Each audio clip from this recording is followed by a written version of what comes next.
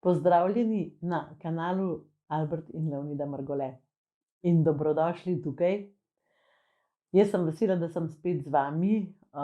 Danes bom posnela video, ki bo povezan z mojim pogovorom z novinarko Darjo Groznik na prvem programu Radia Slovenije, Radio Prvi, o izgubi in žalovanju. In prva stvar, ki jo moram reči, je, da sem neizmerno hvaležna za vaš odziv. Odzivali ste se mi zdravniki, medicinske sestre, negovalci z domov, pač ljudje, ki ste doživeli izgubo, ljudje, ki imate svoje starše v domovih, ljudje, ki vas je strah smrti, pač neverjetne zgodbe, res. Mene se je vsaka posebej dotaknila in res sem poskrbela, da sem vsak mail prebrala do konca in vsakmu sem vsaj napisala hvala. Res je, da nisem pisala dolgih odgovorov, ker je bilo tega zares zelo veliko. In obljubila sem vam v bistvu eno stvar. Obljubila sem vam, da bom posnela odgovore na vprašanja, ki ste jih v teh zasebnih sporočilih pošiljali. Eni zato, ker ste radovedni, drugi zato, ker vas kakšne stvari skrbijo. In jaz sem rekla, da bom v naslednjih videih na YouTubu odgovorila na vaše vprašanja. In prvo vprašanje, najbolj pogosto vprašanje, ne prvo, najbolj pogosto vprašanje je bilo, zakaj ne povem javno imen oseb, ki so me prizadele, in zakaj ne povem javno imena doma. Ja, vem, da eni ste radovedni, vem, da drugi bi radi vedeli iz drugih razlogov in ima smisel, tudi vprašanje ima smisel. Zato sem se odločila, da bom na to vprašanje odgovorila najprej. Dom sem jaz že imenovala na mojem Facebook profilu Lea Leonida Margole v novembru, ko je mami odšla. Sem napisala nekaj postov o tem, kako niso poskrbeli za to, da bi se mi počutili dobro, da bi se počutili varno in da bi imeli občutek, da je naša mami, babi, smo ji rekli, sprejeta in da bi bil do nje nek človeški odnos. In tudi do nas, svojcev. Potem so pa tukaj še imena. In moram reči, da ste me spravili tako v eno tako dvojno stanje. Na nek način sem si rekla, saj res, zakaj pa ne bi imen povedala, ne?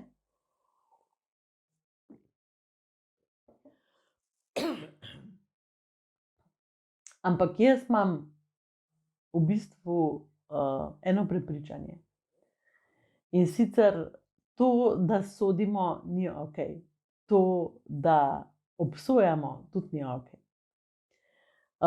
Zato govorim o dejstvih. Rada bi povedala, da je nekaj, kar je res težko in ne fair, da so strašne razlike med tem, v katerem domu imate vi vaše starše ali pa v katerem domu ste. Zdaj celo vem, da me nekaj ljudi v domovih posluša tudi. Tako da, dobrodošli. Poznam tudi ljudi, ki vodijo te domove in vem, kako se na različne načine angažirajo. Zato res ne bi bilo fair, da moja zgodba postane splošna zgodba. Jaz tega ne želim. Ker prav v tem času, ko je moja mami odhajala, tukaj lahko omenim, me je Ana Petrič strahotno spodbujala pri tem, da sem jaz zdržala in vztrajala pri tem, da želim stik, da moram imeti stik, da sem se pač borila za to, da sem bila v nekem stiku z mojo mami. Ja, to še zmeraj tako težko govorim. Druga stvar je, da v domu, kjer je moja mami bila, niso bili vsi taki. So bile sestre, so bili negovalci, so bili ljudje, ki so bili prijazni, ki so poskrbeli zanjo, ki so ji prinesli stvari, ki so se z mano normalno pogovarjali po telefonu in tako naprej. To se pravi, ni povsod vse isto. Tako da vas prosim, da tega ne posplošujete. Jaz sem imela v tem konkretnem domu težave z vodstvom in socialno službo, zelo velike. In tudi pač še nekaj, grozen je to, da so se v času korone, mislim, da zamenjale 2 ali celo 3 socialne delavke, zaradi tega, ker nobena ni zdržala. Razumem, vse lahko razumem, ampak samo tega ne razumem, kako lahko zaradi šibkosti nekoga nastradajo potem ljudje, ki so v domu. Tega pa ne razumem. A ne? Tako da, ja, ta moj pogovor z Darjo sigurno ni bil prvi pogovor z novinarji.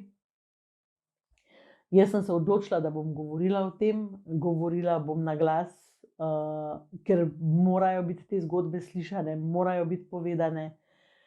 Čeprav jih je blazno težko povedati, skozi je ta občutek, da se izpostavljam, da ne vem, a ne, tudi ta nek strah, ko berem vse komentarje po teh socialnih omrežjih in vem, da so med nami ljudje, ki znajo zelo prizadeti v svojih komentarjih in tega res ne bi rada povzročila niti sebi, niti komu drugemu.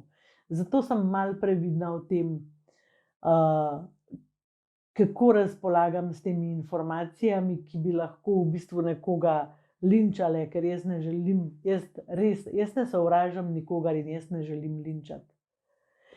Vam bom pa povedala čisto iskreno, zaradi tega, ker veliko ljudi je bilo presenečenih, da jaz nisem omenila doma, da nisem omenila direktorjevega imena in tako naprej. Zaradi tega, ker takrat, ko je moja mami umrla,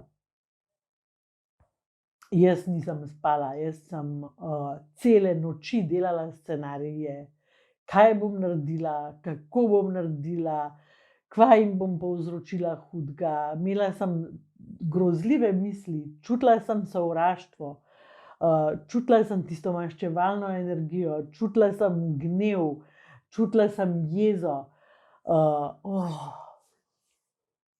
Zato tako vem, da je vsak človek lahko tak, da ne moramo, a razumete, mi ne moramo se izločati in reči, jaz pa nimam sovraštva v sebi. Vsi imamo te značilnosti v sebi, ko jih nekdo prebudi, so te značilnosti pasje. Jaz se ne počutim dobro, kadar sem človek, ki sovraži. Jaz se ne počutim dobro, kadar sem človek, ki dela načrte, kako bo nekomu uničil življenje. Nočem tega. In to obdobje je bilo zelo močno in mene je trgalo na koščke. Jaz sem sestri težila, kar naprej sem jo klicala, to bom naredila, bom naredila, kva če bi še to, pa lej pa to. Vsaka beseda, ki so jo napisali, me je zabolela, kot da so me z nožem. In ja, bila sem ranjena, bila sem izgubljena, pač mami je odšla takole, nismo pričakovali.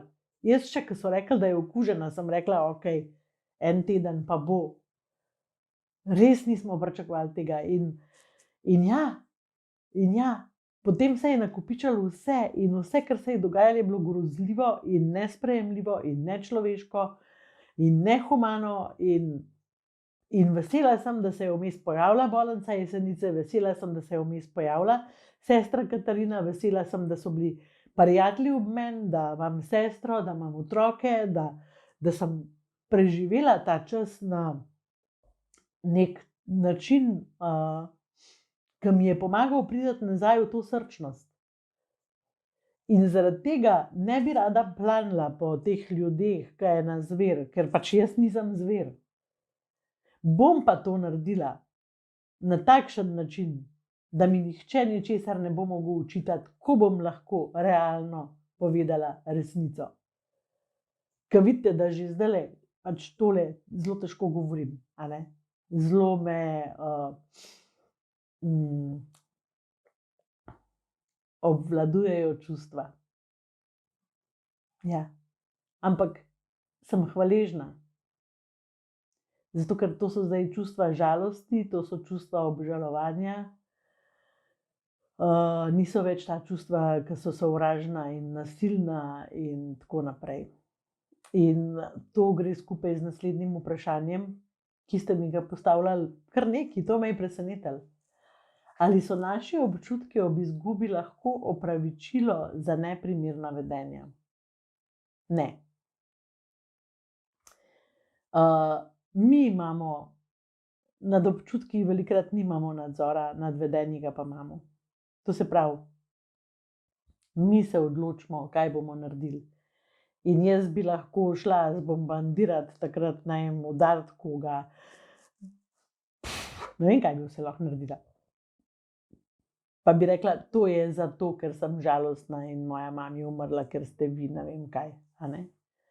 Ne, ne. Vedenja izbiramo in ni opravičila za to, kadar se mi vedemo neprimerno, ponižujoče, agresivno, nasilno celo mogoče, ni opravičila za to. Tako da mi moramo, mi smo ljudje, ki imamo eno posebno lastnost, a ne, in ta posebna lastnost je, da imamo zavedanje. To se pravi, imamo zavedanje, ki nam pomaga ozavestiti naše občutke. In kadar jaz ozavestim občutek, da sem jezna ali pa da sovražim ali pa da občutek tiste jeze, da bi mogla nekaj narediti groznega za to, da bi to pomirila. To jaz lahko kontroliram, lahko dam ven na druge načine. Obstaja veliko drugih načinov, kako izrazimo ta čustva, ki jih jaz uporabljam. Mogoče v kakšnem naslednjem videu povem še kaj o tem. Kako mi je, kadar sem v teh uničujočih, a ne, občutkih oziroma v občutkih, ki mi narekujejo uničujoča vedenja. In kako jaz pohendlam, da pač teh vedenj ne spustim v življenje, ampak da namesto teh vedenj uporabim neke druge načine, a ne. To je zelo pomembna stvar. Bom jaz enkrat posnela en video o tem. Ker če ne bo danes tale video predolg. Že evo, danes sem vam odgovorila na 2 vprašanji, mogoče še na 3, ali verjamem v posmrtno življenje. Jaz verjamem, da smo ljudje energijska bitja in verjamem, da ta energija nekam gre. Ne verjamem v pekel in nebesa. Ne, absolutno ne. Verjamem pa v to, da se ta energija pač transformira, da potuje, da ima vpliv na nas, da ima vpliv na druge stvari. Zaradi tega, ker pač preprosto, zato da jaz roko dvignem, zato da jaz razmišljam, zato da zdajle tole snemam, govorim, potrebujem veliko več kot samo svoje telo. Tako da tole za danes. Prosim, dajte deliti tale video, dajte mi pomagati, da bomo manj obsojali, da bomo na drugačne načine jezni, sovražni, da bomo manj uničujoči. Tako da, če delite ta video, ga bo še kdo videl, mogoče kakšen ta pravi človek, tak, ki ga zares rabi. In seveda vesela sem, da ste začeli malo več pisati komentarje na YouTubu. Meni ti komentarji res veliko pomenijo, vaše izkušnje mi veliko pomenijo, vaši odzivi mi veliko pomenijo. In ja, jasno, to, da jih gledate do konca, da jih lajkate, je pa pol še posebno darilo. Se vidimo v naslednjem vikendu, se vidimo v naslednjem videu, kjer bomo skupaj delali lepši svet. Čau!